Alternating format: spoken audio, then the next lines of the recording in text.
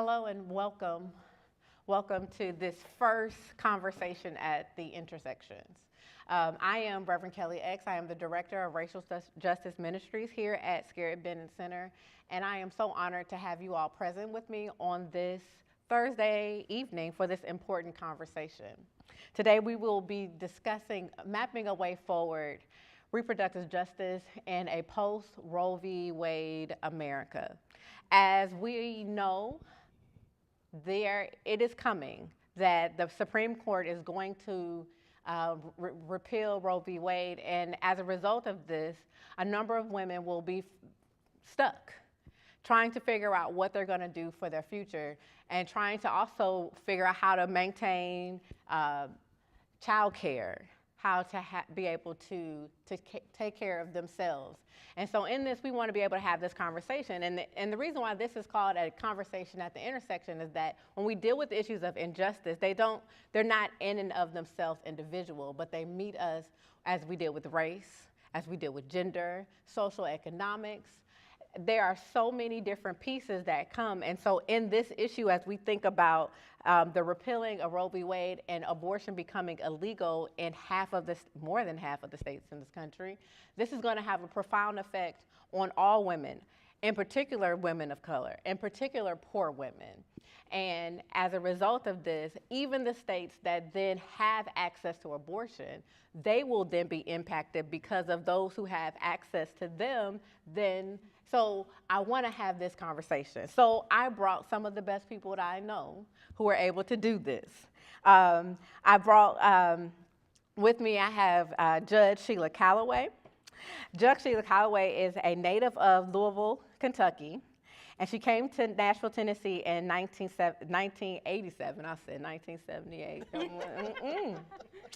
She received her Bachelor's of Art degree in Communication in 1991 and her Juris Doctorate in 1994, both from Vanderbilt University. After graduating from law school, Sheila Callaway worked at the Metropolitan Public Defender's Office in the adult system and as well as the juvenile system. In January 2004, she was appointed by Judge Betty Adam Green to the position of juvenile court magistrate and served in that position until November 2013, when she announced her intention to run for the position of juvenile court judge. Judge Callaway was elected Davidson County Juvenile Court Judge in 2014 and was sworn into office for her 8-year term on August 28, 2014. Judge Callaway also serves as an adjunct professor at Vanderbilt University Law School, where she teaches trial advocacy, and is an adjunct professor at Belmont College of Law, where she teaches juvenile law. There's a whole lot of other stuff, but it's something that I think that is very important, and that is, where did it go? Judge Callaway is a member of Temple Church. At Temple, she is an active member of the music ministry. She sings in the choir, people. The women's ministry is a regular volunteer at the Second Harvest Food Bank and is happily married to Paul Butler Callaway Jr. and the proud mother of one son, Paul Callaway II. Judge Callaway uses her unique combination of humor, passion, and judicial wisdom to change the way we look at justice in the United States. Will you join me in welcoming Judge Callaway?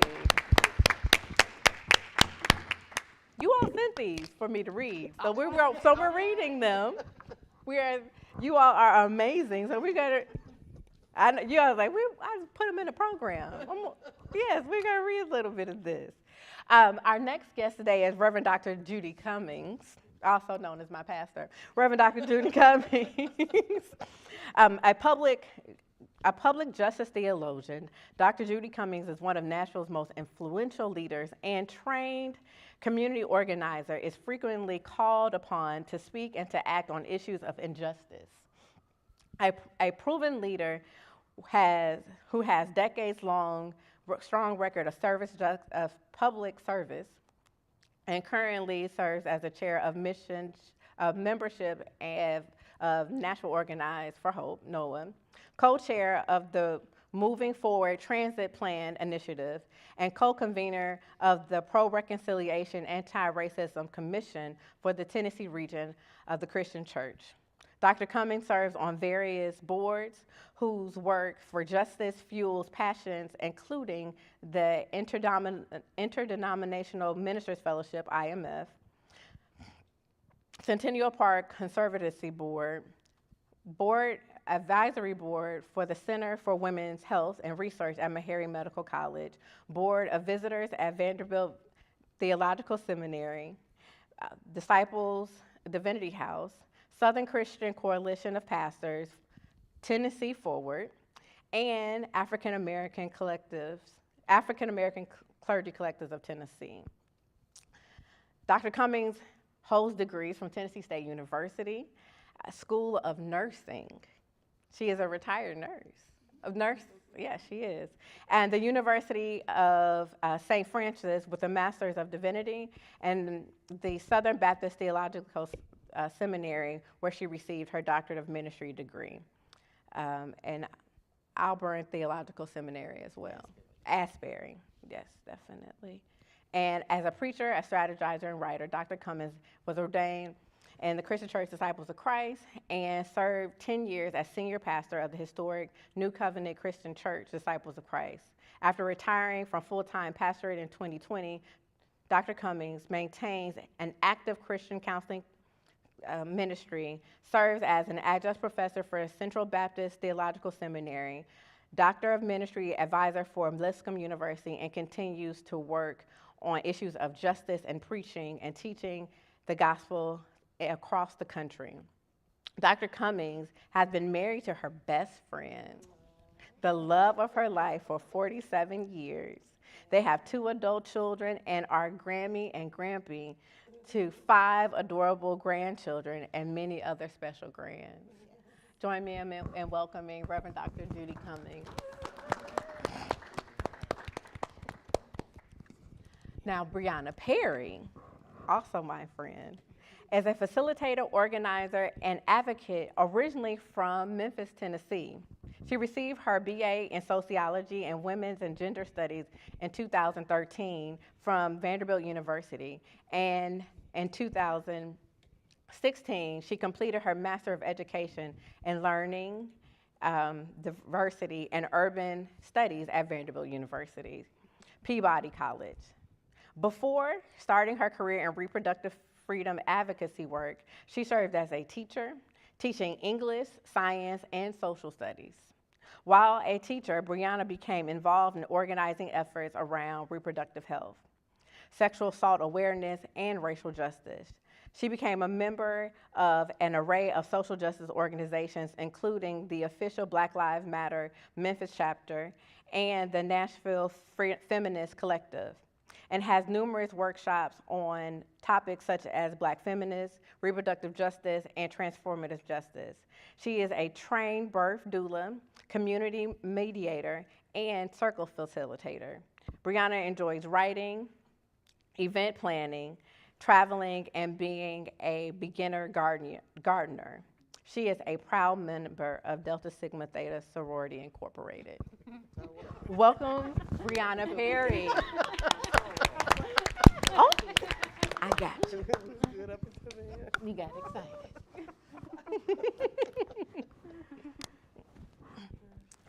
And last but definitely not least, I want to welcome, I didn't pull it up, but I have it right here. There we go. Dr. Kimberly Looney. Kimberly Looney serves as the Chief Medical Officer for Planned Parenthood Tennessee and Northern Mississippi, where she fights daily to ensure reproductive justice and rights for women. She completed her undergraduate education at Fisk University, graduating with a BA in chemistry. Dr. Looney matriculated to the University of Tennessee Health Science Center in Memphis, Tennessee, and began her medical education. She developed deep understanding and an importance of health literacy. the physician's role in patient advocacy, and the direct relationship between strong maternal health and the strength of a community. However, she began to understand the relationship between reproductive justice and women's ability to achieve and secure education and financial empowerment. Dr. Looney went on to complete a residency training in obstetrics and gynecology. Gynecology at the University of Illinois, Chicago, where she continued her education working with similar populations. She served as a chief resident and was awarded Associated Professor of Gynecology and Obstetrics Council on the Resident Education of Obstetrics and Gynecology Resident Teaching Award. During this time, she also completed requirements for Masters of Public Health and Global Health with a concentration in sexual reproductive health and population studies from Emory University Rolling School of Public Health. I love it. Following her fellowship, Dr. Looney was recruited to Meharry Medical College in 2008, where she joined the faculty as an assistant professor and director of family planning services in the Department of Obstetrics and Gynecology. Her first endeavor was bringing formal family planning training to the residency program, established with the Kenneth J. Ryan Residency Training Program, which she directed until her departure in 2018. Following her departure from Meharry, Dr. Looney maintained active practice in obstetrics and gynecology as an OB hospitalist at Centennial Women's Hospital in Nashville. She was subsequently recruited as the first African American chief medical officer of Planned Parenthood of Tennessee and North Mississippi in 2019. This position brought Dr. Looney's career back full circle to the same population that inspired her initial career endeavors. Dr. Looney continues using her fellowship training to educate her patients and her colleagues on the importance of complex family planning in multiple capacities, including research on long-acting contraceptives and repeat pregnancy, patient advocacy, battling local and federal anti-reproductive health legislation, and participating in guest lecturers for several national and conferences, including Contraceptive Technology, National Medical Association, and Association of Reproductive Health Professionals. She also serves as an expert consultant for several contraceptive devices, as well as a member of a long-acting reversible contraceptive advisory board. She is a fellow and an American Congress Obstetrics Gynecology, an active member of a number of professional societies, including Alpha Omega Alpha Honors, a medical society, and the National Association, and the National Medical Association, a Society of Family Planning, Physicians for Reproductive Health, and Association of Reproductive Health Professionals. Once again, thank you, and join me in welcoming Dr. Kimberly Looney. So I brought powerhouses, in case you didn't know. I brought some folks who know some stuff and don't just know, but are also, most importantly, willing to do. And so I want to start this conversation with an important question. Right now, if we were to turn on the news and begin to think about abortion rights and whether or not pro-life, pro-choice, and all of that, there would be this instance that those who are advocates for abortion are people who are lacking in faith, that there is no connection between their belief systems if they are willing to also be an advocate or proponent for allowing a woman to have choice. And so my first question for you is, how can and how are you both proponents of abortion as healthcare and people of faith? And I will start with you, Dr. Cummings. So thank you.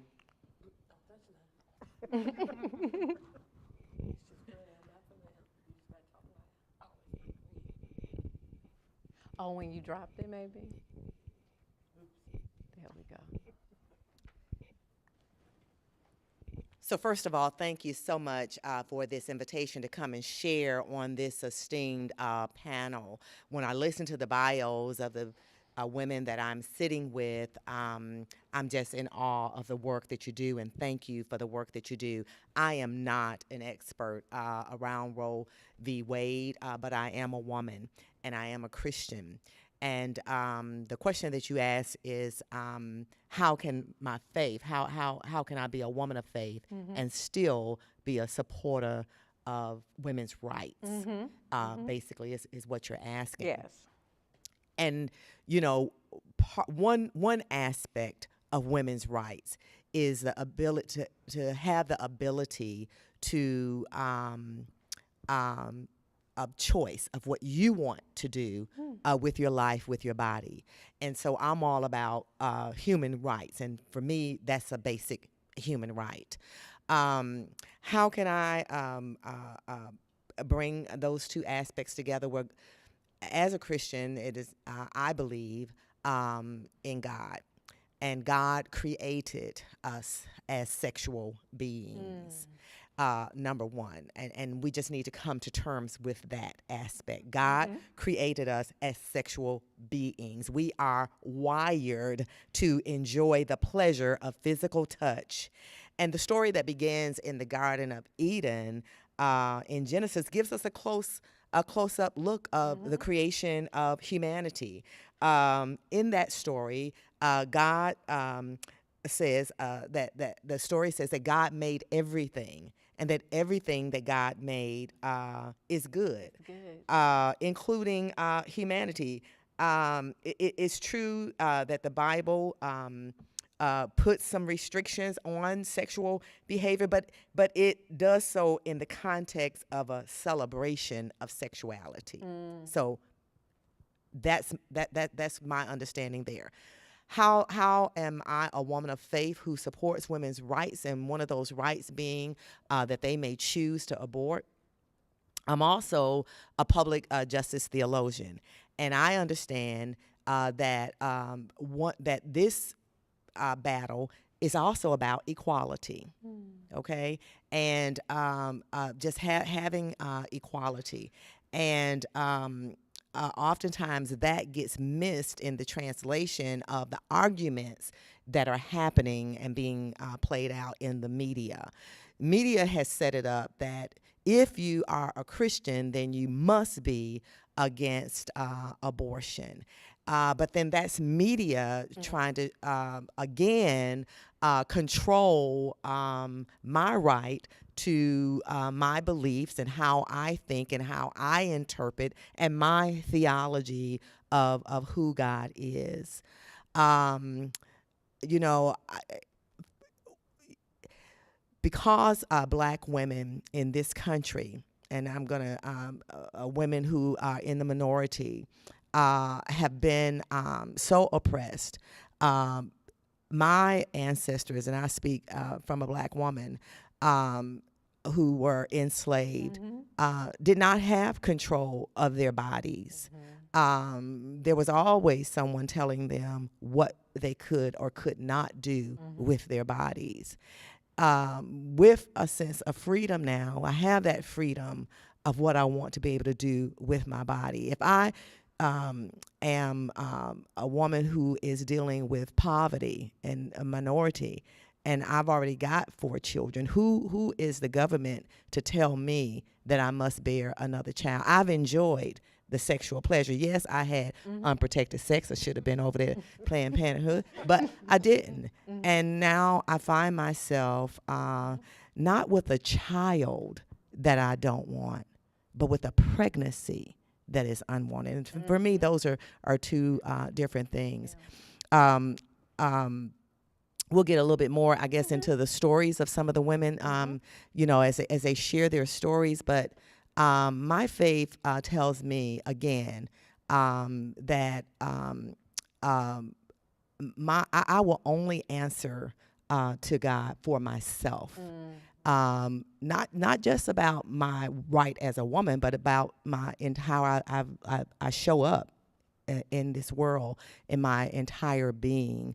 And so my role as one who comes alongside, not just as a pastor, but as a fellow Christian who walks with others, is just to be there, to be that support, and to do so in such a way that it's non-judgmental, and to understand that there are reasons that are deep and profound that we may never understand why a woman may choose not to carry the child to full term.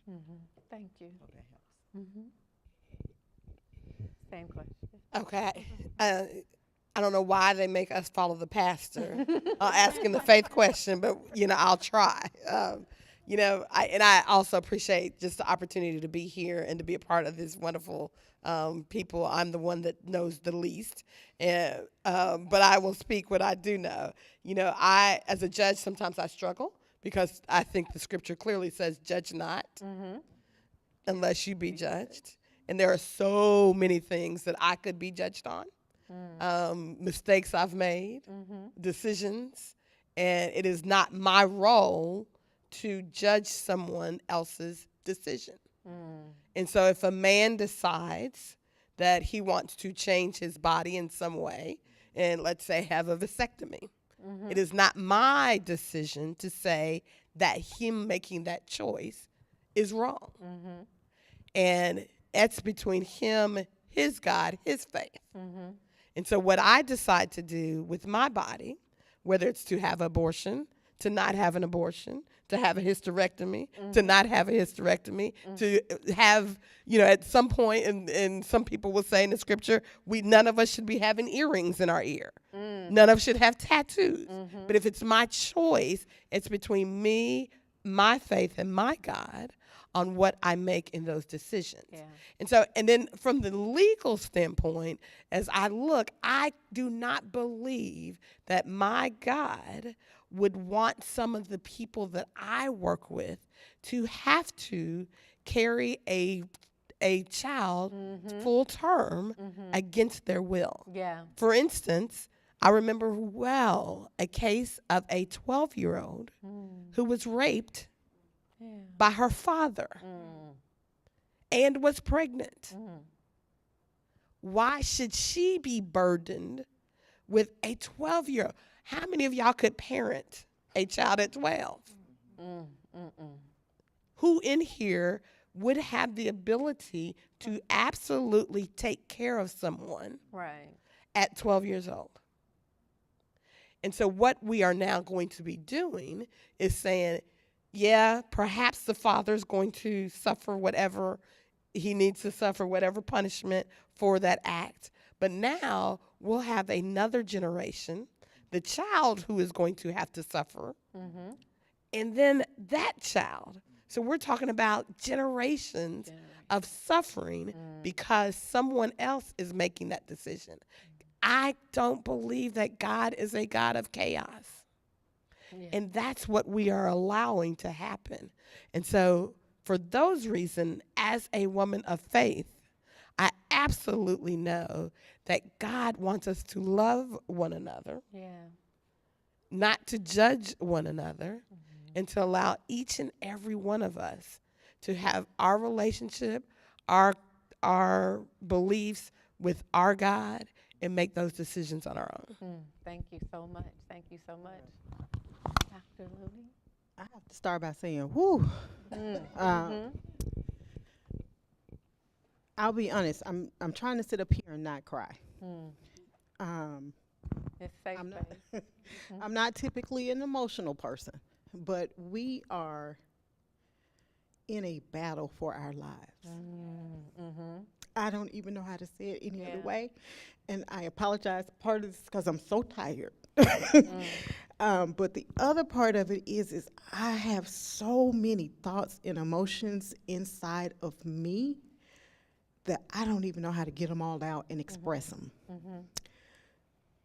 And just the thought of us, women's health, going backwards in time is breathtaking.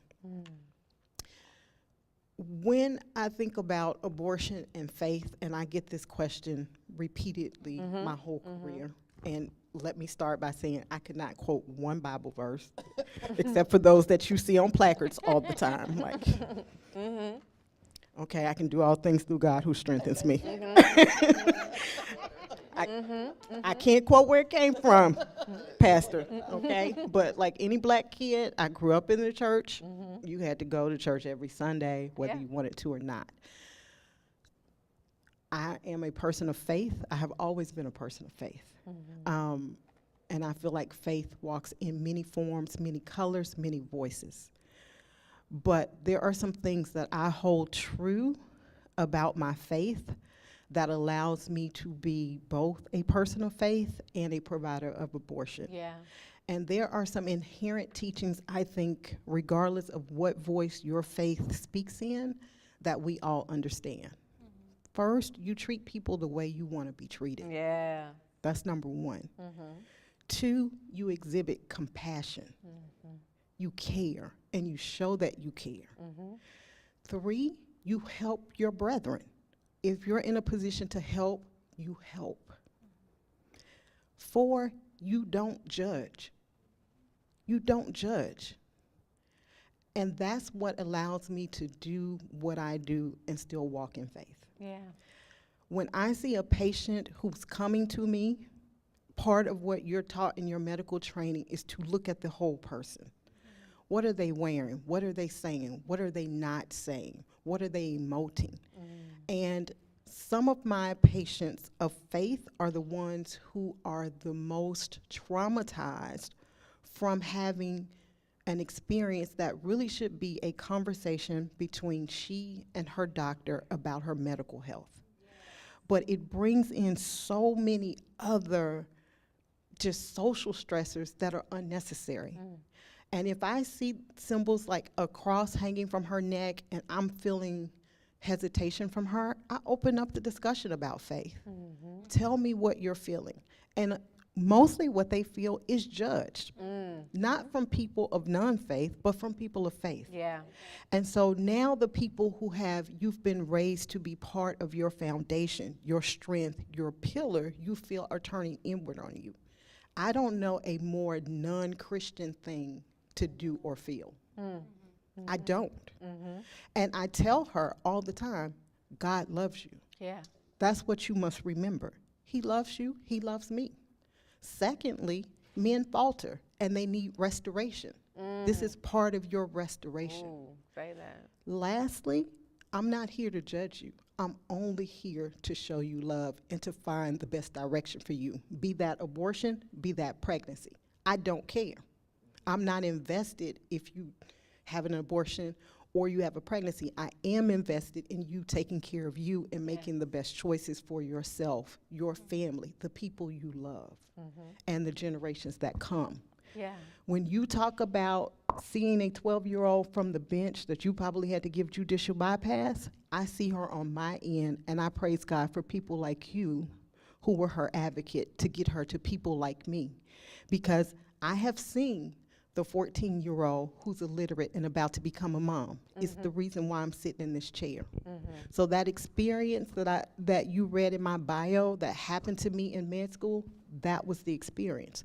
14 years old, first pregnancy, I get sent in as a medical student to take information about her nutrition, and I'm asking her about her diet, and she says, I eat a hamburger every day. And I said, okay, write it on the paper. And she said, how do you spell hamburger? And I was devastated, speechless, in fact. Yeah. And I said, I'm sorry, what do you mean? And she said, I don't know how to spell hamburger. And I said, well, do you prepare the hamburgers at home? And she said, no, I get them from McDonald's. And I said, well, have you ever read the word on a sign? And she said, well, I think I can get started. It starts with H. And my heart was forever broken. Because I said the only difference between this young black girl and myself is somewhere down the line, someone taught me love, and someone taught me the importance of not having an untimed pregnancy. You know, whether that was in my Christian household, you don't have sex until you're married. That was my family planning. Okay? Or you use a condom or protection. Either way, that's when it connected for me. This is not just a social issue. If we start having unplanned pregnancies, we have generations of women who can't get educated. If you can't get educated, you can't participate in play. If you can't participate in play, you cannot sustain financial security, power, or wealth for yourself or generations to come. So it became an economic thing for me as well, that we have got to do better. And abortion, unfortunately, or fortunately, however you want to think about it, it's a part of that solution. Yeah. It just is. Sorry. No, you're fine. All right, yeah, this is on. Thank you again, Kelly, for the invitation to be a part of this panel. I've been thinking about this work since 2014. A lot of things come up with that question. And similarly, faith has come up, in the work that I've done, even though it's been on the advocacy side. And, I don't necessarily engage with, antis as much. So I want to start kind of going back to reproductive justice, because reproductive justice and faith are so deeply intertwined. And going back to the piece about the media, it is the media and the right and these misinterpretations and misrepresentations of faith that make it seem like there's this separation. So reproductive justice, which is the framework I root my work in, and it's different than reproductive rights. Black women, of faith, started reproductive justice. And I know one time I was in an event, and Cherie Scott, she's the CEO of Sister Reach, a reproductive justice organization in Memphis, and she said, this is sacred work because we are sacred beings. And so just to say that when it comes to reproductive justice, faith and spirituality is so intertwined, and people of faith do this work, and just to think about all that goes into reproductive justice, which includes abortion, and it includes so much more. I also want to say, from a reproductive justice perspective, this is human rights and social justice work. God fought for, and Jesus fought for human rights. Yes. And if you have a womanist, Black liberation theology approach when reading the Bible, you will see that, and of other faiths as well. So just to say that there are a lot of things coming from the other side, a lot of opposition, but when you think about reproductive justice and how deeply intertwined it is with faith, there's no question about that. So I just want to uplift the human rights and social justice aspect of reproductive justice and how it includes so much. There's work that Sister Song, they're the first reproductive justice collective. Reproductive justice, the framework started in 1994. They started, that was developed in 1994, and the women who started RJ then started this organization or collective. They're doing a workshop, I think next week, on reproductive justice and faith. So just to say that, people are having these conversations all the time, and there isn't a question. It's not antithetical to faith. It's deeply rooted in faith and spirituality when you think about reproductive justice and when you think about someone trying to access an abortion. So that's what comes to mind. I don't see it as is it this or that? I see it as deeply intertwined, and people make decisions and offer support based on their faith. It's very much so rooted in those frameworks. So just wanted to offer that. Thank you. And what I think that's important when thinking about reproductive justice, that it talks about not just the capacity to have an abortion, but also having access to IVF. Because only those with a certain amount of money, and even when you have insurance, if you are a queer couple and your insurance requires you to be trying for you can't. I guess we trying, but and so then you don't have access to the capacity for your insurance to then cover that cost, to be able to make sure that your kids can have a healthy place to live, you can have education, that you can raise this child from beginning to end in a safe environment. That is reproductive justice. It's more than just the capacity to control my ovaries, right?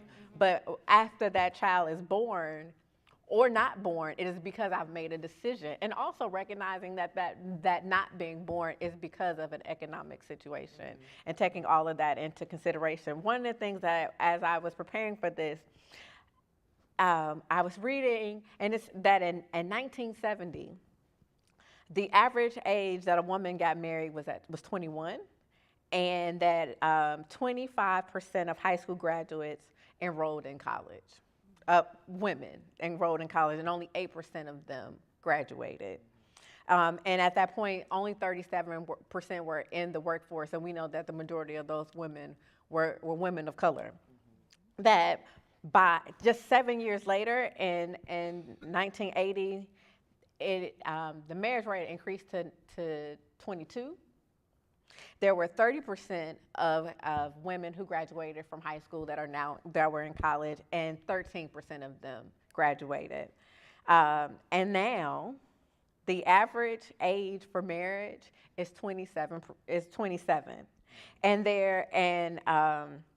17% of women by the age of 25 have not been married at all. And there's a percentage of the scholars are thinking that 25% of women just won't get married because they have a choice. And that the majority of students who are currently in college, enrolled in college, are women.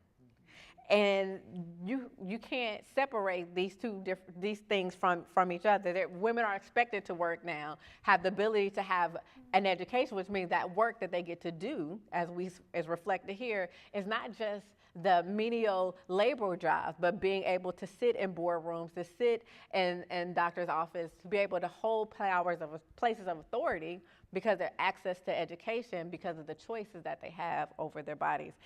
It just made, when you were talking about that 14-year-old girl, or like the access that is limited to them simply because they aren't able to control their bodies is important. But my question I have is, I've been to a number of rallies. Right when the leak came out that they're going to repeal Roe v. Wade,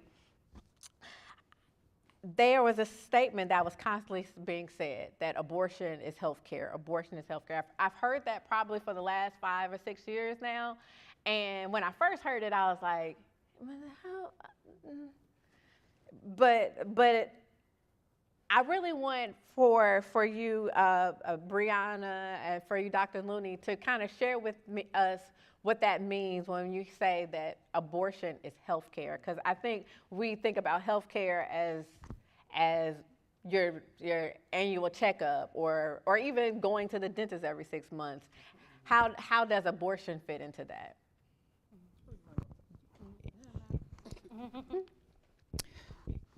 It's a complicated question, but it's really not. Okay. And this is what I mean by this. As an OBGYN, most people look at my field as rainbows and sunshine all day long. It is anything but that. There are days that are rainbow and sunshine days, and part of why I went into obstetrics and gynecology was after doing my first delivery, I was so elated, I literally did a cartwheel down the hall of Regional 1, then it was John Gaston, quote, the med, okay? I didn't even know I could turn a cartwheel, okay? And that enthusiasm of bringing life into the world was undescribable. But in that same hospital, I saw women who had drug addiction, who were HIV positive, who may have been raped or were selling their bodies for money to support their families that they already could not support, have untimed pregnancies and feel cornered, feel isolated, feel alone. I have seen in my career women who desperately want their pregnancies, and just physically, medically, you say, I am sorry, but if you have this pregnancy, you will die. Everything from the suburb mom with an eating disorder, where her heart is so damaged that she can't even push. If she were to push, she would die. To the patient with chronic hypertension and terrible diabetes and her kidneys are gone, that she can't even filter toxins out of her own body. You need to terminate. You will die. So when we say abortion is part of health care, it is a part of health care. It is a decision between a woman and her physician. Now, granted, most cases aren't that drastic. Most of them are not that drastic. I will give anybody that. But if you are, let's say, majorly depressed, and we don't give mental health enough recognition in this country, but if I am so severely depressed over my pregnancy that I can't get out of bed, that's still a healthcare decision. If I'm missing work because I'm so sick, I can't maintain a job to take care of my family, and that is a very common thing, that is a healthcare decision. Yeah. We never know how pregnancies will impact a person. People always talk about, oh, she has an abortion, she may be depressed for life. Well, guess what? Pregnancy can depress people for lives, and they result in other lives that also get impacted by those feelings, those emotions, those lack of resources, care, health care, or whatever else you want to put with it, education, the list goes on. So when I say one of the biggest things that I do as an obstetrician is help a woman decide when she should become a parent, it is one of the most paramount things that I can do for her by putting all of my attention into that. Yeah. Thank you. Yeah, I guess just simply, like, abortion is healthcare. It's a part of comprehensive reproductive and sexual healthcare. It's one of the safest procedures. Like, if a person, goes in and doesn't take the pills. So yeah, it's a part of healthcare. Insurance, like, not all, but like, you can get like comprehensive reproductive and sexual healthcare covered by insurance companies. Like I said, more should offer that. And, with the Hyde Amendment, which, was enacted, or, it's a policy that gets, renewed, that's part of like the access piece with abortion. But just like bottom line, it's healthcare. It's something you go as a part of your comprehensive reproductive and sexual healthcare. And again, the reason why it's kind of seen as like, or like the reason it's challenged is because the opposition, because now where we're at when it comes to Roe v. Wade, and just like years and years of like this battle, like a lot of just lies and misinformation like is spread. But what, like, we say like abortion is healthcare and should be treated as such. Like the same people, that's like another thing too. And you can go to the Guttmacher Institute with for these statistics. Over 50% of folks who come in and get an abortion are already parents. And what, like, Choices, the first nonprofit birth center in the country in Memphis, the same people who come in, who might want to terminate their pregnancy one day, might want to become a parent the next day. And so again, that's comprehensive reproductive and sexual health care, and it's a part of that cycle. So that's just simply put, it is healthcare because like it is healthcare. So. Because it is, yes. I was going to say, when I did some research, and it said that abortions are common health interventions, and that approximately 1 in 5 people capable of getting pregnant will have an abortion by age 30, and 1 in 4 by age 45. So, I mean, it's common, and like you said, it depends on where you are in life, if you're ready, if you're not ready. And so, we have the extremes of the 12-year-old, the 14-year-old, but we also have that 35-year-old, 40-year-old who, they're in their career, they're not married. It was a two-night stand, and this is not, I'm not ready to be a parent. And the woman ought to be able to have that choice of when she wants to be a parent or not. Correct. I completely agree with all of that, but there's one group of patients that I don't want to make sure we forget about. Okay. Every person who comes for an abortion, it doesn't mean that the pregnancy is unwanted, right? You mentioned IVF. IVF specialists and a lot of times family planning specialists see ourselves as a continuum, okay? You create pregnancies, Not all of them are good. Some of them have to be resolved on my end. That's number one. Number two, just in life, when you talk about older moms, we're now called geriatric. You're looking at one. Yeah. I'm 48 with a 2-year-old. Geriatric. I did not appreciate being called geriatric, but that's the term now. But as an older mom and even an older father, you're more likely to have pregnancies with birth defects. Yeah. One of my very first experiences as an intern was delivering a baby, and I won't use the medical term, but was cyclops, one eye, okay? Had some severe deformities, a genetic disorder that was lethal, and was in a place where the patient was not properly counseled that this is a lethal anomaly and you should terminate early, because good, bad, or indifferent, even people who terminate are connected with their pregnancies. That's a misnomer that they're not connected with their pregnancies, they don't care. That's a complete misnomer. Most women, as we've already stated, who come in are loving, caring mothers already. They're just in situations that right now is not the proper time for them. In any other circumstance, they probably would make a different decision. But at any case with this particular patient, she was not even counseled on her options. It's one thing for me to say, you have a lethal anomaly, this pregnancy will never result in the sunshine and rainbows. Right. These are your options, and you choose to continue that pregnancy. It's something else when I eliminate the options for you and I force you into that option. Now you have a patient getting more and more connected with a pregnancy that will never result in what she thinks it will result in.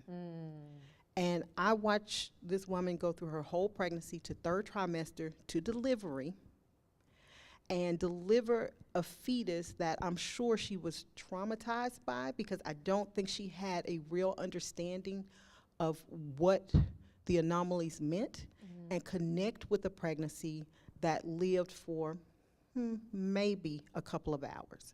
And to see the devastation and the hurt on those parents was life-changing. But the bigger issue for me was as physicians, did we do our job to first do no harm? Pregnancy is dangerous. People don't understand that. Yes. Pregnancy is 10,000 times more dangerous than abortion.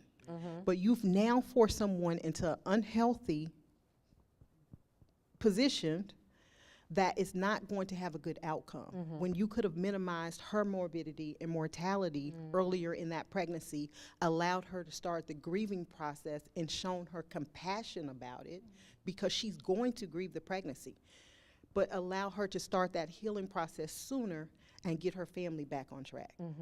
So I just want to say, people always think about the people who choose elective abortions, but there are some people who require it, and it's life-saving, period. Thank you, thank you. So, when Roe v. Wade is overturned, a large number of women are going to lose access to abortions. What effect will that have on women and people who are able to get pregnant? Because we know that everyone who's able to get pregnant does not identify as woman. And the society at large. I want to offer that to you, Judge Callaway. Man, it's definitely going to get overturned. So there's no question about it. And so we just need to prepare ourselves, and all systems need to be on board.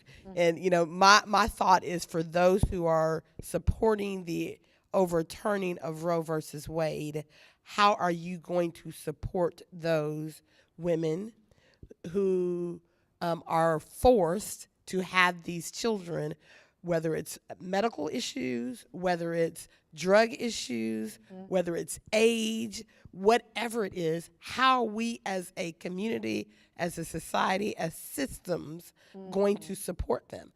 We already do a horrible job of supporting those who have homeless issues, those who have drug issues, those who have criminal justice issues, those who have mental health issues, those who have lack of education issues. You can look around our streets, our cities. We do not take care of them now. And so the impact on us as a community is we're going to have more and more people who are going to need help. We're going to have more and more children who are going to need better education. We don't want to fund our education now. Yes. We're going to need more and more children who are going to need mental health services. We have I can name you 10 kids right now who are sitting in someone's office waiting on some kind of mental health treatment or a placement because of their mental health issues. And that's with rights. I've, as a former DCS social worker, I have sat In the office. on 2nd Avenue waiting for a placement for a child that the family has resources, but is not willing to take care of this particular child. Yes. Yes. Yes. And so, the things that I see daily on how we as systems and government and community and, the love we are supposed to be showing for one another and the help that we're supposed to be giving one another, Yeah.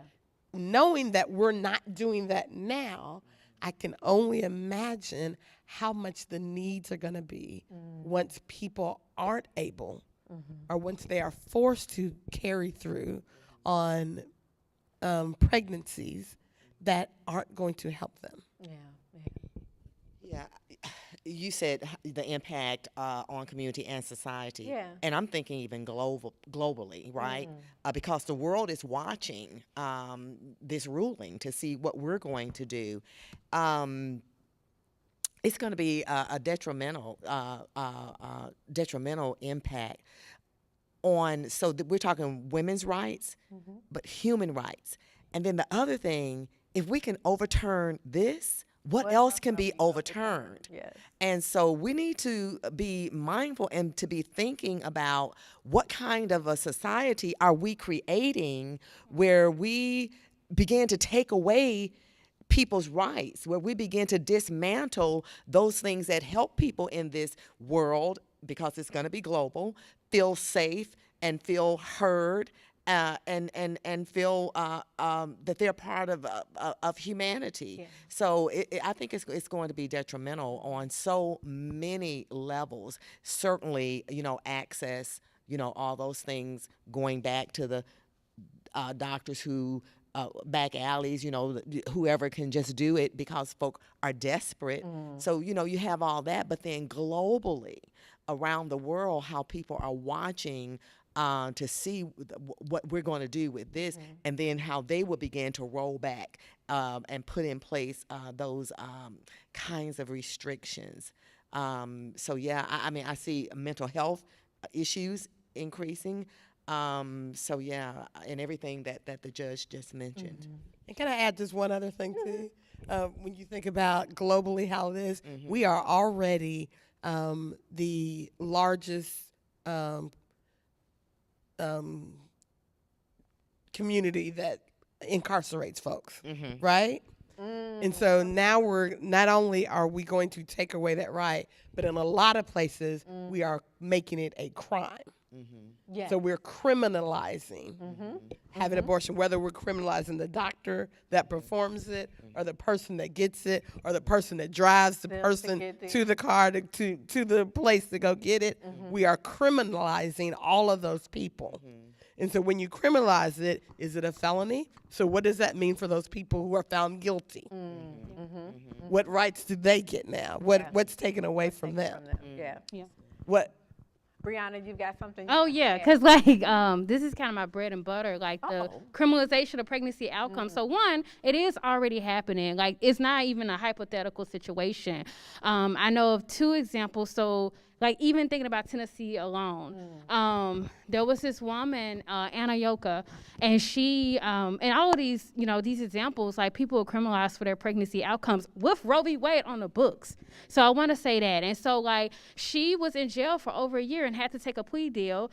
which was a felony, you know? And so, like, she has that on her record for trying to we call it self-managing abortions, which, like, that's something else, too, like, to keep in mind. Like, abortions won't stop. It will just, you know, put people in a situation where they are further criminalized. But, you know, self-managed abortion, accessing appeals, that's one thing we want to stress, because we don't, like, the imagery of, like, co-hangers and all of that, like, science and, just medicine has made so many advances since 1973. So one thing we do tell people, because like folks are gonna want, and still need an abortion, and unfortunately Tennessee is gonna be a state where it's gonna be illegal. So we're one of the states when the decision comes within 30 days,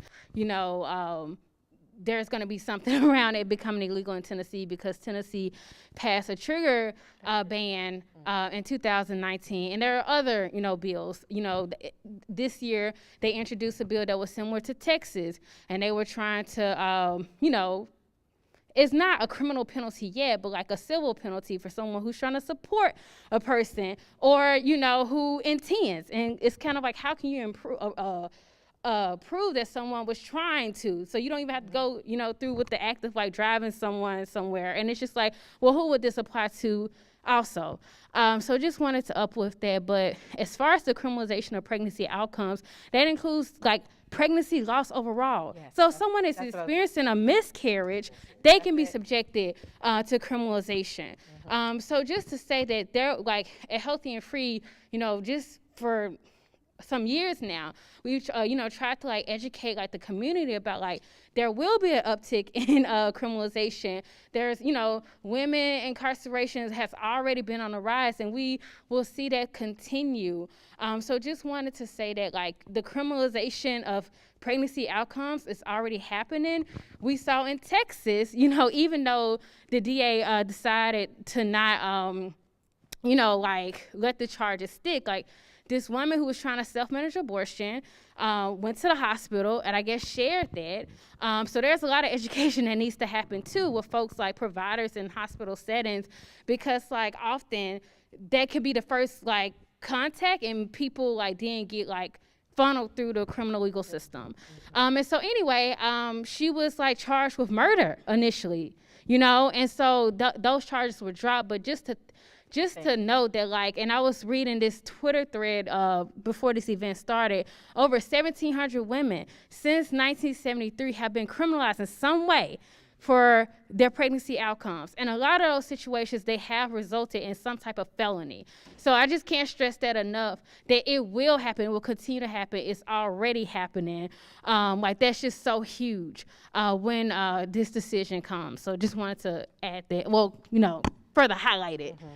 So yeah. I'm glad that you used the term criminalization of pregnancy outcomes. So I was reading about a case in Texas where the woman had a miscarriage, and so she presents at the emergency room, and before they even give her care, the health care she needs, she gets questioned. Did you drink something? Did you take something? Did you try to end this? And she's grilled. She is miscarrying a baby that she and her husband want, but she's criminalized before she can even get the health care that her body needs to. And then there's a pill. So once you have the miscarriage, you need to have this medication to completely. So they're, wanting to withhold that. It's crazy. And I want to ask that question about, and also you could go on and answer this as you're about to answer the question that was just asked about the difference between procedural and medical. Medication. So abortion. I wanted to speak to the criminalization. First, yeah. So part of the issue with the way that we see our legal system going around reproductive health rights and justice is that it also puts the physician in a position not to be the physician. Because you now no longer know, medically what's necessary, but you don't know legally what's necessary to protect yourself. And so now we are putting physicians in a position to say, I can't help you because I still need to be able to help others. And I don't know how this impacts me. and my career and my ability to help others.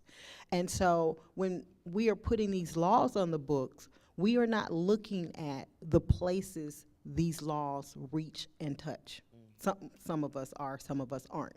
So when you speak to things like when you start invading my privacy to make autonomous decisions about my body, that also includes if I feel like I am not Kimberly she and I'm Kimberly he, you have a problem with that, and you can now impact me feeling like a whole person in my true spirit and body. So I just wanted to say, it may not have necessarily been an issue of them trying to criminalize the patient, but they just don't know medically and legally what they can safely do. And it does delay health care, and it can result in some tremendous, devastating morbidity and mortality. But that's the situation we're in. But you were going to ask me a question about I was wondering, Brianna brought up self-managed abortions, and also, and some of that being done by using the abortion pill. And I want you to talk about the difference between medical abortion and procedural abortion. So the difference, one is medication abortion is where we give you a set of medicines to basically induce a spontaneous miscarriage.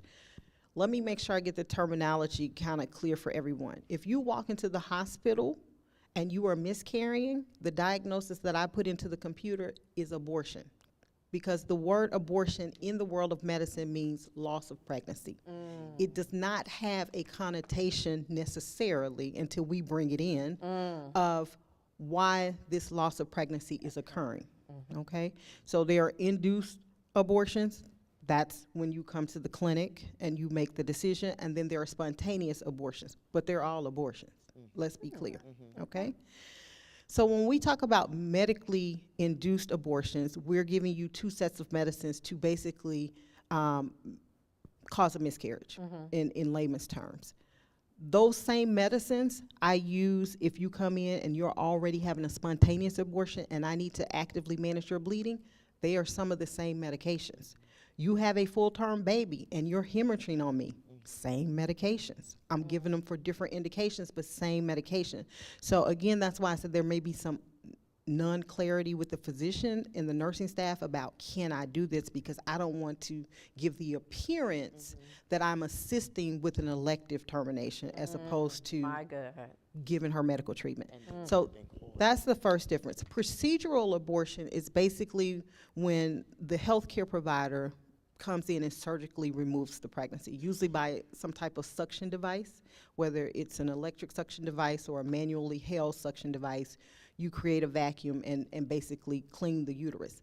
That same suction device we use in hospitals every day to help with hemorrhaging from miscarriages, to help from hemorrhaging just because you have bad periods or fibroids or what have you. It's very known, commonly used technology. It's just about what your starting diagnosis is as to when it gets a bad rap or not, so to speak. I do want to add to that. I think some healthcare providers it is kind of like navigating the law, but also like some hospitals, and I hate to say it, but it's true. Like a lot of different Catholic hospitals, like there are like been reports where people have gone in, and speaking of like procedures too, like, you know, in different places they've tried to like ban D&E, like the suction. And so just to say that like there are like different hospitals you go to, like in different places. I know there was this woman, and she's involved in the reproductive justice movement, who was like experiencing like a spontaneous abortion, and they would not, like, she almost died because they would not support her. And so like it's very complicated, and they're like, just to say that like there's just too many stories of people like, this is what happened in my experience at this particular hospital, and they weren't trying to support in any way, and that's very sad. And so just to say that like that is a reality for some folks. So I know that during prior to COVID, it was illegal to be able to. They made it illegal to receive those pills through the mail. But during COVID, because we could not be near people, that they allow for you to get the mail to you. in Tennessee, it's been illegal. Tennessee. Yeah, not in And Tennessee. So that's my question. My question is, so that's good to know, not in Tennessee, but also how then does this? So that means even. Oh wow. You done changed So my that bill that question all passed the way up. So the bill that passed in May, so the bill that passed in May, everybody was saying like, oh, like, you know, like abortion pills, you can't get it through the mail in Tennessee. Like it was in the Tennessee and all these news outlets. That was incorrect because for some time, for years now, receiving abortion pills through the mail in Tennessee has been illegal. What they did, and speaking to what she said about like this tricky situation, physicians become, you know, find themselves in, they like increased the penalties for physicians. They made it a felony. I forget what class felony. And so that's what happened. C. Class C felony. If they try to distribute pills through the mail. That's 3 to 15 years in jail. Correct. So to speak to that, we could not do medication abortion through telehealth, basically is what you're asking about.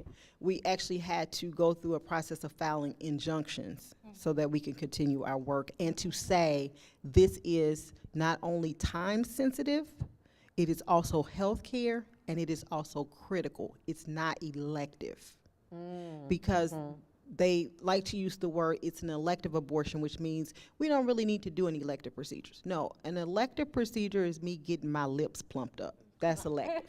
I'm not going to die. My life doesn't change if my lips are not plumped up today. That is not what we're talking about. We're talking about decisions that change people's lives, and they have a time stamp on them. So we basically legally had to get injunctions. Part of my biggest role as CMO of Planned Parenthood is, one, outing myself. I didn't realize that. I guess I should have thought about it. But two, I spend half my time working with lawyers to try to encumber some of these laws, legislative changes that come through. Most of our communities are completely unaware of, because if we're lucky, we get them struck down or we get some type of injunction. I'm not good with the legal terms. I should be by now. I just say, tell me, what does it mean? Is it active or not active? That's what I have to ask, okay? But you would be amazed at the amount of legislation, anti-abortion legislation, before we got to this point, you wouldn't, that has come through, and some of it is so ridiculous, you don't even know what to think about our societies anymore. Things like the father gets to decide if you have an abortion. Excuse me, what? Because I don't deliver him when I go into that L&D suite.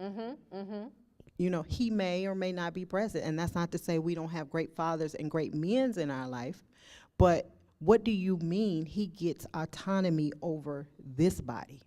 He has autonomy over that body. That body, yes. And that includes the father who may have raped the person. That includes the father who may be in a domestic violence situation and is going through a pregnancy or forcing someone into pregnancy so that they can stay in that relationship. Yeah. That includes the father, you know, the list goes on and on from what I see. Who doesn't doesn't expect to participate in the life of the child. So I have a question, an advocacy question. So I understand that there are, and there have been, actually, I'm going to say, prior to Roe v. Wade, there have been folks working and collecting money and finding ways to help women get abortions. The clergy collective that was occurring out of New York and Chicago that were sending women prior to Roe v. Wade first to out of the country, I think Puerto Rico, to Cuba, and then later to New York once New York legalized abortion. They were helping them get this money together, or those who had money, they were flying them so they could have access. There are groups of women, there's a documentary right now called The Janes that's on HBO Max, and they were helping these women get abortions. I know now that there's also abortion funds that are helping women drive, because even when now, as it's still legal, there are few and far between clinics that are in the state of Tennessee. There's one in Mississippi, just not having access. And so my question is, how difficult will this, how much more difficult will this be to know that there is abortion available in the country, but not in the state of Tennessee? How will that impact care for these women, and how can we help in that process? So it's devastating, in a word. Tennessee, long state, we touch about 8 other states. Of all the states we touch, for a woman in Tennessee, once we're post-Roe, the closest place she'll be able to seek care is Illinois and North Carolina. If you look at Illinois and North Carolina, most of the states around them are also going black. So we are in discussions, strategizing about how do we handle surges in what we now call the surge states versus the referral states. The surge states, of course, are inundated already with the numbers that they're seeing, but we're talking about most of them are expecting 3, 4, 5, sometimes 6-fold the numbers they have been doing, and trying to figure out how do we best, one, get people to where they need to be, and more than likely that will not always be the next closest stop, but just the stop that can see you. Oh, wow. And how do we still make it affordable for those who are in the have-nots? Yes. Because abortion care, unfortunately, is not the least expensive medical procedure. It's less expensive than having an unplanned pregnancy. But let's be clear, it's not always an affordable option for everyone, even if you can go to the clinic next door. So now, because of waiting period laws and other restrictions, you may have to be in that place for days so that you can get the health care that you need. Today, I saw 22 women, 3 from Kentucky, 2 from Texas, 1 from New Mexico. And that's where they went to get care. Now, New Mexico, right now, it's still legal, but she can't get seen in her own state from all of the outsurge from Texas. The one of the 2 patients I saw from Texas, because we are so inundated, will have to travel back to Tennessee twice. She traveled hundreds of miles to get to us. I think she told me a 16-hour drive. But she also has to travel back. She can't afford to stay in town because she has little ones at home that she has to take care of. And to stay in Nashville is $300 a night. Correct. And she can't afford to do that for 5 days. So she's got to make the trek back and make the trek back to us in 5 days. And we literally had no accommodations for her. Plus, with the 40-hour waiting period, if I could make accommodations, I still couldn't do anything for 2 days. And then in some states want to be even illegal for you to leave your state and go and get an abortion in another state. I guess they'll have people who blow the whistle on you, and then you're still criminalized, even though you didn't have the abortion in the state in which you reside. So now you're impinging on not only my body, but also where I go to get my care. You know, so. Or how you get care when you get back. One of my Texas patients today, I said, same question I ask every visit, any last questions or concerns? Well, I have one. What can I help you with? I got my pregnancy diagnosed with my nurse midwife practitioner. She's, again, in Texas. And she knows that I'm pregnant.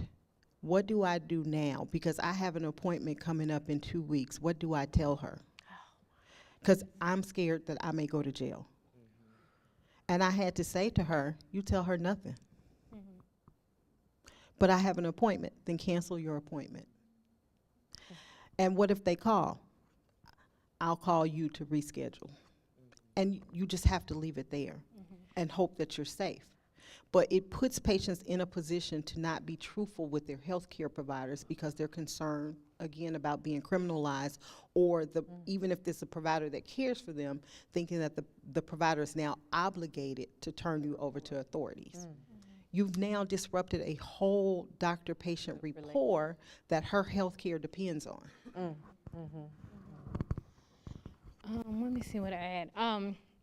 So states that, well, just one state that comes to mind, Missouri passed that bill that, you know, you can't travel to other states. Tennessee is not far behind. And, like, you know, one thing you'll see, like, what, you know, these are copycat bills. And so, you know, they introduced it, you know, and also it can be hard even on the advocacy side. Like, doing policy work, it was extremely hard because legislators also can introduce, and that's what we saw in March. Well, they can just, like, file, they can file, what is it called? A caption bill, and then, like, you know, put the amendment on later. And so, like, you know, surprise everybody. And they've done that, like, all the time. So currently, with, like, in Tennessee, there are, like, abortion funds, but, like, all of this depends on the law. And somebody brought something up, which I would love your opinion about, Judge Callaway, because, you know, it's like young people, right? Young people were trying to access an abortion. And somebody was like, you know, maybe you can help someone, you know, over the age of 18 go to, like, Illinois. But if somebody, you know, was seeking a judicial bypass, like, then what happens? And so, like, there are, like, all of these questions. So there are some groups, some clinics who, you know, like it's already been stated, have been thinking about this for a while. So Choices opened up a clinic in Illinois, and they, well, they're in the process of opening it up. I think they're gonna start in August. But, you know, like all the things that, like, you know, already been stated about, like, you know, what that's gonna mean for these states, and it's just gonna be, you know, so difficult. So currently, when it comes to advocacy, so there are, like, there's a statewide abortion fund, Abortion Care for Tennessee.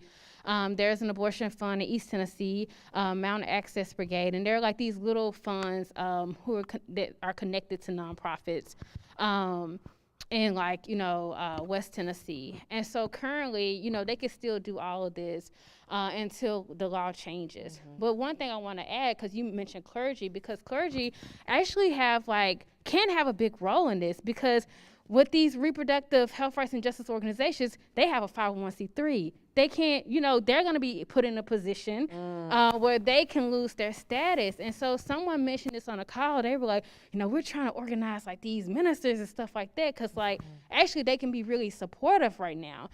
So just to say that, like, it's this position where, like, even the groups who've done advocacy work, and I even talked about funders, a lot of funders are pulling out of Repro, you know, on the advocacy side of it, because of everything that's just kind of, like, up in the air. So even, like, groups who, like, would normally, like, could support including abortion funds, like, they don't necessarily know, because if Tennessee, which I really think Tennessee would pass a law that would make it illegal to travel.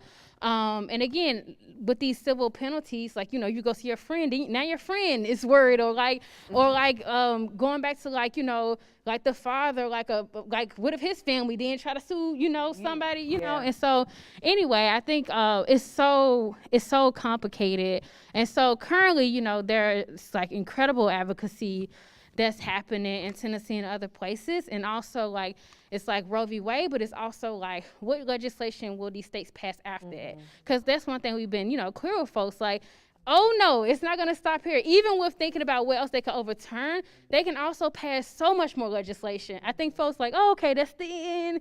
They can't do anything else, but no, they're gonna continue to criminalize providers. And, like, in every bill that they pass, it's like this, you know, kind of carve out, like, it's not gonna apply to the pregnant person. That's gonna change soon too. And so, yeah, just to say that, like, everything is dependent on the law, and the law is going to continue to change, and for the bad, you know, like, not for the good. You mentioned earlier, Dr. Cummings, that 1 in 5 women by the time they're 30 have had an abortion, and by the time that they're 45, that'll be 1 in 4. And recently I went to this rally, and while I was at this rally for abortion rights, they were asking, come share your abortion story, come share your abortion story. And a few people came, but most people were quiet. There were a lot of folks there, But given that statistic, there's clearly lots of women who have had it, yet are still afraid or still self-conscious about sharing that story. And I'm wondering what role can the church play in creating a safe space for women to share their stories and not be shamed. That's really good. So when we talk about safe spaces, and that's what we used to do, and now we try to create brave spaces because there is that difference, that nuanced difference.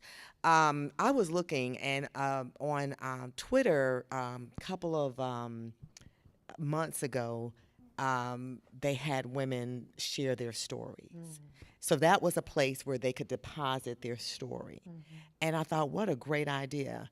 But when you talk about the church, particularly the black church is a place of story, right? I mean, we love to tell the story. Yes. In fact, we even offer in the black experience opportunities for people to give their testimonies. So we even have a testimonial time, right? But we have to be very, very careful because even though we're in this church where I served on a panel today about the future of the black church, and I was telling Kelly, they probably want to run me out of there, but salvation takes about 5 minutes. I can get you saved in about 5 minutes. 3. But what happens with you for the rest of your life, right?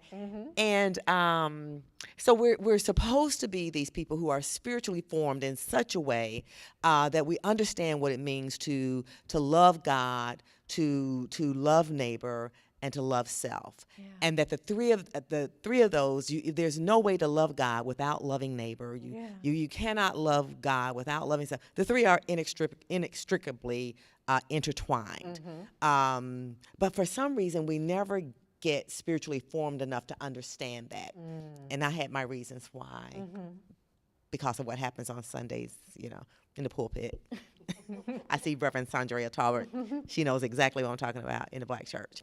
So we don't deal with a lot of spiritual formation. So people are not spiritually formed. So when people are not spiritually formed, they don't come to understand that when God says, judge not, lest ye be judged, they don't understand what that means. Oh, I can quote it, but I'm not living it. So even when we're in that sacred place, just giving a regular testimony that, I had a hard time and, God came through. People are sitting there judging you. So what woman is going to get up and tell her abortion story in a place that's supposed to be brave space, sacred space, knowing that there are people there to judging? So I don't know how, unless the church gets back to its true purpose and mission, how that's going to happen. I don't see the church being a participator in helping women tell their story for the sake of healing. So what I hear you saying is that the church has to get brave. The church has to get brave, and the church has to get back to its intent, into its intent of being a healing, a place of healing, which is not, not, in my opinion.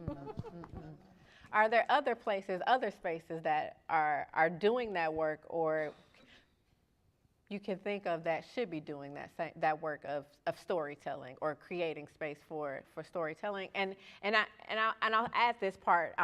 In the storytelling, it creates an opportunity for women not to be alone, to be seen, because as you said, regardless of if that pregnancy is full term or spontaneous abortion or a medical abortion, that person has some level of connection to that pregnancy. And so being able to work through that.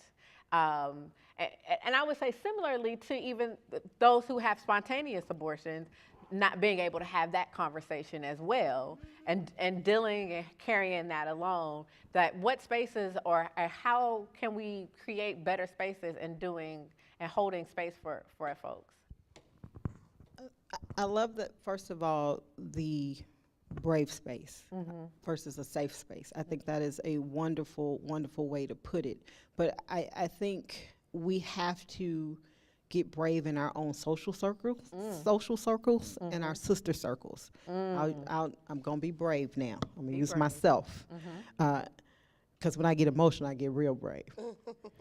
And I don't even remember. We've had so many laws in this state that are anti-abortion. I don't even remember what the law was, but I had just come on board as CMO, and they asked me to come down to the Capitol for, I don't even remember what the law was now. I think it was the omnibus bill when the heartbeat bill was passing. And someone put me in front of a camera without media training. Don't do that. And I don't even know what question they asked me, but the next thing I know, I'm going live and letting people know that I myself am a patient who required abortion. And half of my mind is saying, what in the world are you doing right now?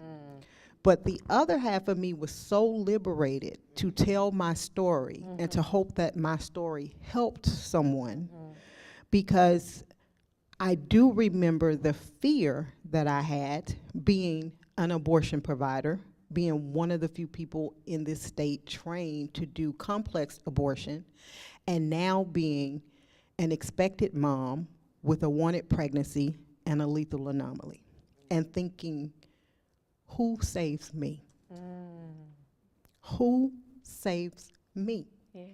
And how lonely that felt. And just lonely. And you felt backed into a corner. So part of why I'm so emotional when we take abortion away in this state, that's how we are making women who look like us, who don't look like us, who love like us, who don't love like us. That's how we're making them feel. Alone. And it hurts. And today, another patient story. I saw a 22-year-old, first pregnancy, wants her pregnancy, but has no one around her to actually support her in this pregnancy. Feel devastated by coming to my door considering abortion, and I can see everything in her eyes saying, I want this pregnancy. And me saying to her, why are you thinking about this decision? And her saying, well, if I keep it, my mother will put me out. My boyfriend doesn't want me to keep it, even though he's 35. He doesn't want to be a dad. So that's why I'm here.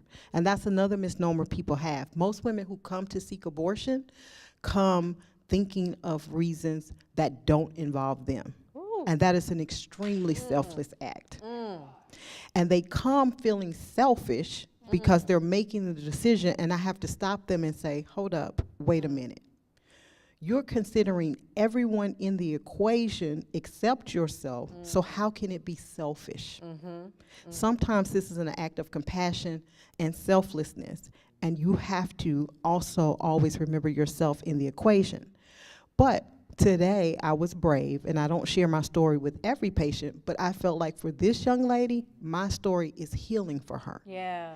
And I said to her, listen, people give you the impression that when you walk through these doors, our job is to assist you in an abortion. That's only part of what I do. My job is to assist you in the decision making. That's my job. And I told her, I have been the person who wanted an elective termination, and quite honestly, I don't really think about that pregnancy. I was in medical school, and I knew, can't afford for this to happen. I've got generations to change. I grew up right here in this community. Got generations to change. I've also been the person who wanted a pregnancy and had to terminate because of an anomaly. And I told her I've also been the person who had a pregnancy and wanted the pregnancy and had a beautiful child. That is my story, and I'm sharing it with you to give you strength, because you have to decide which of those three people you are. And at some point in our lives, we can find ourselves being every single one of them, and still worthy of love. And like as you say, God loves you. Yeah. Did you have something you were going to say, Judge Callaway? No, not after that. Not I'm after that? dropping the mic. That was a good close. That was good. So I got two questions, but I don't know if I got time for these two questions, because y'all dropping it. But we understand that women's rights come right after civil rights, and that there is this connection between having control over your body as a woman, and also having freedom as a Black person. And I'm wondering how you have seen these two things come together, and to a certain extent, how because they are so closely entwined, why abortion itself is under attack.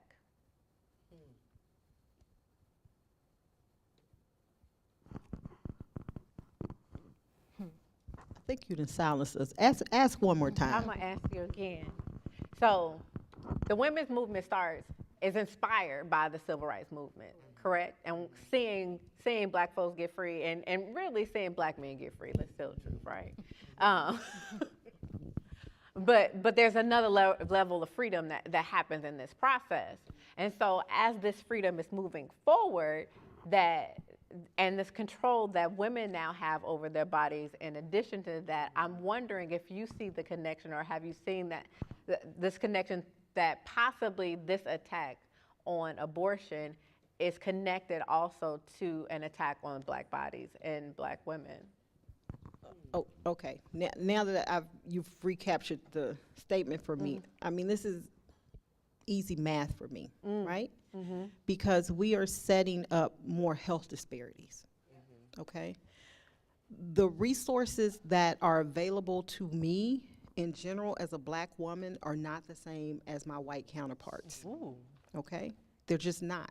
Again, I grew up right here in this community, right down the street. The level of health care that I had, and my mom was a single working mom who went to work every day, worked at Fisk University for 36 years, worked her fingers to the bone. We had medical health care, no dental. She couldn't afford that, right? That was just based, on our socioeconomic level, but also some cultural barriers to care. But we are basically reestablishing those disparities for people not of just color, but for people of lesser resources. Now I'm in a position where my race doesn't necessarily make a barrier for me, because I've catapulted financially in a way that I can now knock down some barriers with money and means, right? But not every person who looks like me can do that. I will be able to get an abortion. I know abortionists, that's number one. I'm connected, okay? But number two, physically, I have the means to pick up and go somewhere. I have the leeway to take a day off work. I have means to pay someone to take care of my beautiful child. Not everyone has that. And they're not all people of color. This is a resource as well as a color problem. And so that's how I feel like it plays into race, because you're going to see certain communities far more impacted than others by these decisions. And the decisions are not necessarily made by the communities that are being impacted.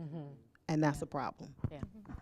When I think about it, the structural racism around it and the economics, isn't it something like for every dollar that a white woman makes, Black women only make, what is it? It's something, it's some cents, like 25 cents. I mean, it's crazy. So there's going to be there's going to be that.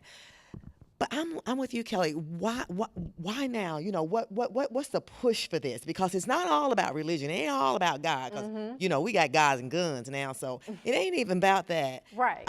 What is this? It's about control. It is about control. But what they don't seem to understand is those white women that they're trying to, those who they're really trying to control. They don't care if we don't have no more baby. I mean, because our race would die out, so that right there would be good.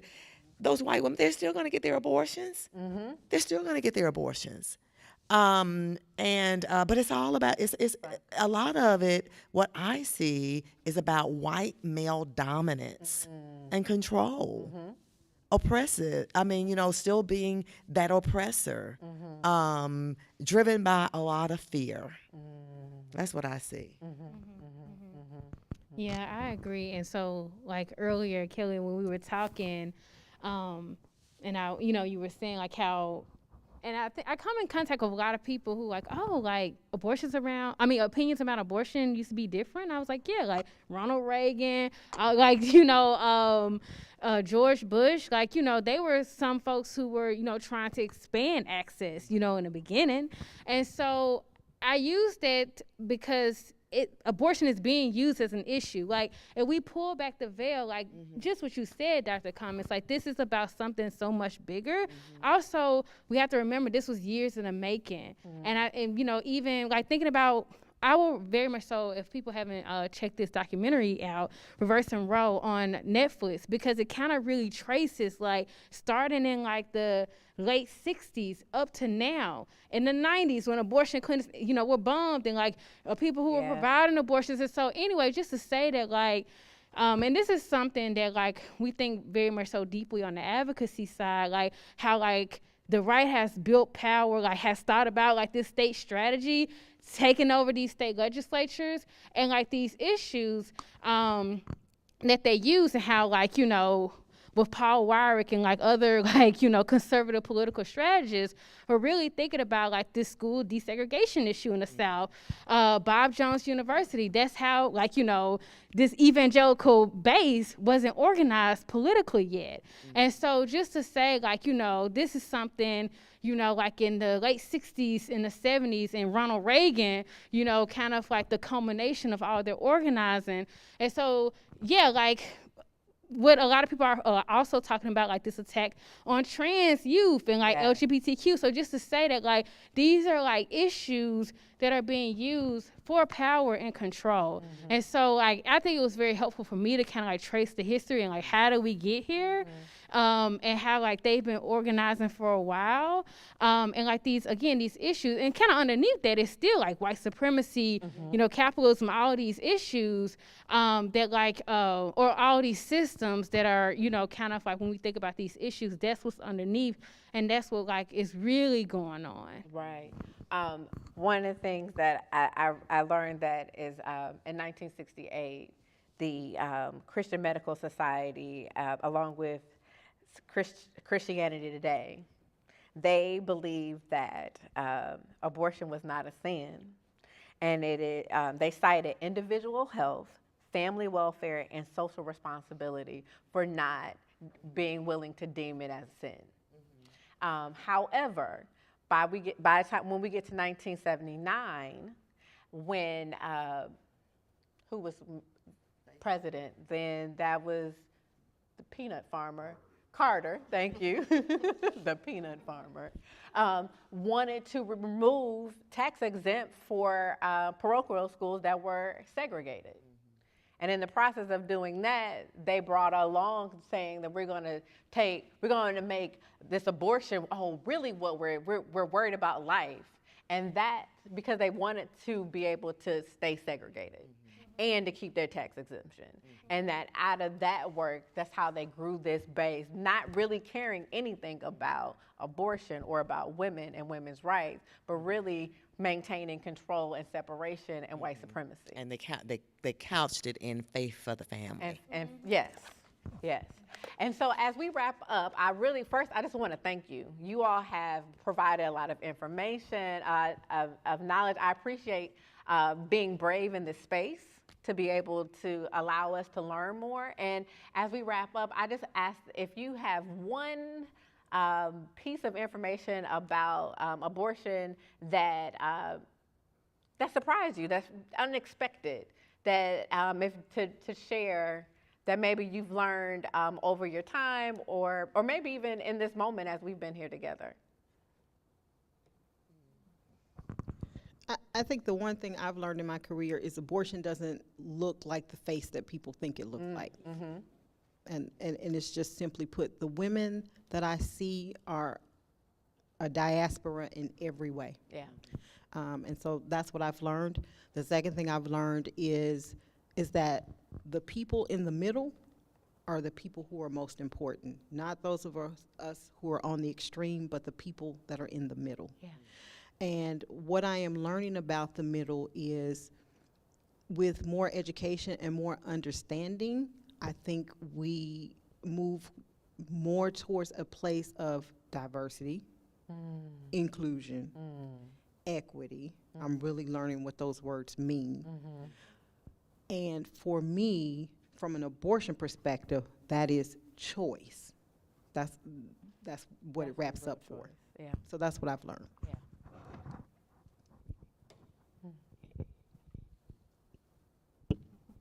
I'm still thinking. I'm learning. For me, I will say, and we talked about the judicial bypasses, and those are when the law in Tennessee requires a minor child to have, if they can't get their parent consent, to have a judicial consent. The first time I ever knew about that was in 2014 when I had a judicial bypass, and I'm the only one that can do them. And so I'm like, whoa, what is that? And for me, coming to it from that standpoint and looking at how all of these girls that I see need help. They need help. And I know if I don't give them that permission to get that help that they need, I know the systems are not going to get them that help when they can't get it here. And so for me, over the time, I've learned how valuable, and people don't know that I do this, and people in my court don't know that I do it. It's me, my clerk, and very few people know that we do this, and we sneak them on in and take them to my chamber so they don't have to do it in front of anybody else, and we sneak them on out. And for that relief that we are able to give to them, girl, it breaks my heart. And every attorney that comes in, the last couple of months, we've been like, what are we gonna do? What are we gonna do? What are we gonna do? Yeah. Yeah.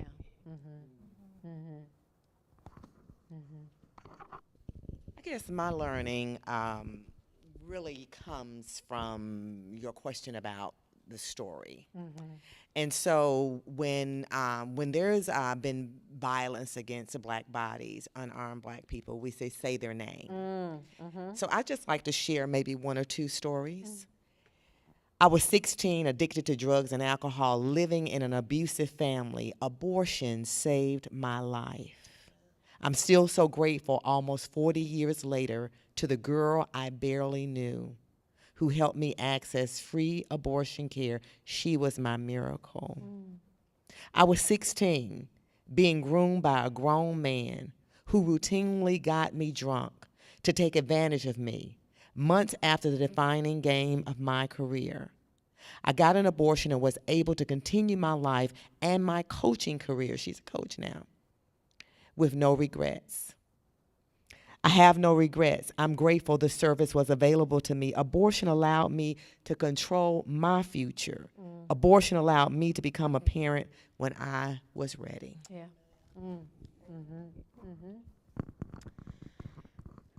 I guess with that question, where my mind goes to is like more so like what gives me hope and what's, even though this is like a really tough time. And it actually, because I co-taught this class at Vanderbilt this past semester on reproductive justice, but thinking about it globally.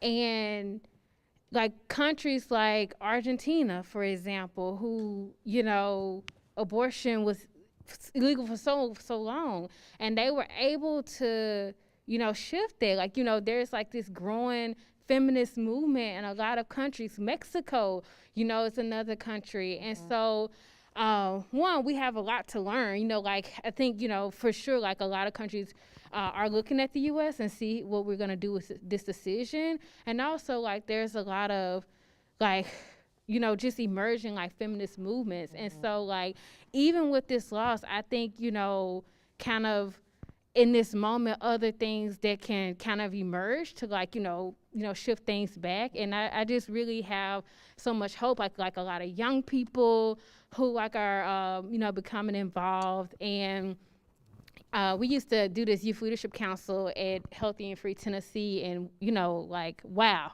just like brilliant young people. So that gives me hope, and how people are seeing these things is like so interconnected. And I like, this conversation, like, thinking about the intersections, like that gives me a lot of hope. And so, yeah, like in so much despair. I like see so like even every day, like you know these glimmers of hope. Like what are we gonna do next? And so I think about countries like you know globally, and I think about like young people here, like even thinking about what happened in 2020, like all those folks who were able to mobilize. So like that just like inspires me and gives me a lot of hope. Yeah, yeah. You all give me hope. You all give me hope just in all the work that you do. The intellect, I think, is what's amazing as well, but also the heart. That there is heart in the work that you do and being able to show up for people with the skills that you have and still bless. It is absolutely wonderful. I want to thank you all for being here today and sharing this time. And as we close out, I'd like to invite my executive director of Scarritt Bennett Center, Reverend Sandrea Talbert, to come forward. Close us out. Thank you all so much. It has been a blessing just to hear. Really, it's interesting. I started my week out actually at the inaugural Cultural Democracy Summit in Los Angeles this week. One of the panels was on reproductive rights. And now to end somewhat the end of the week with this discussion really has us to really think about the decisions that we make behind that ballot poll box. Because on the local level, to really make sure that they have the same values that we aspire for. Because the criminalization of being able to just access medical care, that's serious business. And those are things that we need to really consider and look for when we are in the ballot, in the little box, poll box. But I want to thank you all so very much for stopping by here at the Intersect to help us talk about faith and justice where it intersects. We'll have some more discussions regarding this around various different topics, but thank you, Dr. Cummings and crew here today, and Reverend Kelly for allowing us to have this today. But I have something that I want to know who was the first, if this is your first time here at Scarritt Bennett, please see me afterwards, because I want to offer you something, because one of the things my staff doesn't know is I'm about to offer up a free night stay at the Scarritt Bennett Center Retreat Center for you to be able to woosah. That there's a lot going on in the world. And sometimes people just need a safe space. We've heard about these safe stories. To be able just to woosah. So we'll deal with that offline for those that are in attendance here tonight. There's benefits in being in the house. And you never know. We thank you, online audience, but there are benefits for being in the house. And one of the benefits is that we will most certainly be able to kind of bless someone with a free night stay at Scarritt Bennett Center in one of our 35 rooms. So we'll do that off camera, if you will.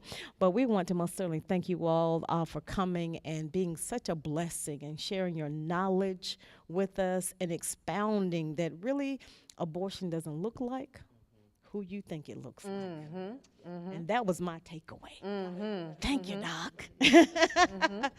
All right, you closing us out? I'm going to let you, Benedict. Are we going to let me, Benedict? Well, again, this is indeed a safe space here at Scarritt Bennett Center, and we invite you all to come to be with us as we most certainly dialogue on various different issues here at Scarritt Bennett Center. We are an educational retreat center that most certainly cares about you. We believe in that hospitality is justice. So come on. Oh, Kelly. And they need to check us out. We're about to do something. Oh, yes, we are. We're about to do something. It's called Java and Justice. Our podcast will be airing soon, so make sure you tune in to Java and Justice. But again, this is Scarritt Bennett Center, where we believe in hospitality is justice. God bless you. Thank you.